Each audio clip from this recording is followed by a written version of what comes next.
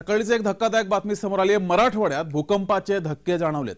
नांदेड, हिंगोली, परभणीत भूकंपाचे धक्के जाणवलेत। सकाळी 6:08 हे धक्के जाणवलेत। या भूकंपाची तीव्रता 4.6 रिश्टर स्केल इतकी होती। त्यामुळे या भागातील अनेक घरांच्या भिंतींना तडे सुद्धा गेले।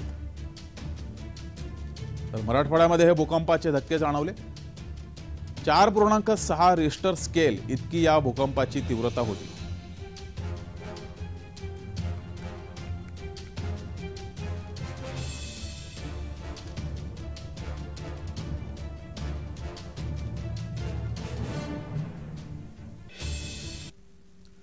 तर या ठिकाणचा प्रवीण खंदारे यांनी आढावा घेतलाय, पाहूयात।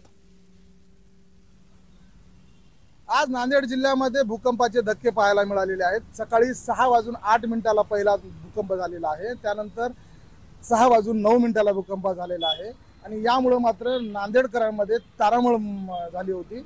सकाळच्या साखर झोपेमध्येच हा भूकंप झाल्याने मात्र नांदेडकर जे आहे घराबाहेर पडलेले दिसून येत आहेत।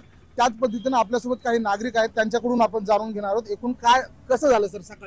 सकाळी नियर अबाउट 6:08 दरम्यान खूप मोठा जमिनीमध्ये आवाज आला आणि बिल्डिंग्स अशा हादरल्या।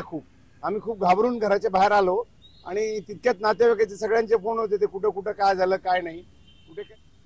झोपेत असतानाच हे भूकंपाचे धक्क्याचे आवाज आले, त्यामुळे सर्वजण घाबरून उठले, घराच्या बाहेर पळाले आणि सर्व आपले आपले अनुभव सांगत होते, काय घरामध्ये काय हालचाली झाल्या काय। आणि तसं काही नुकसान फारसं बिल्डिंगचं वगैरे काही झालेलं नाही।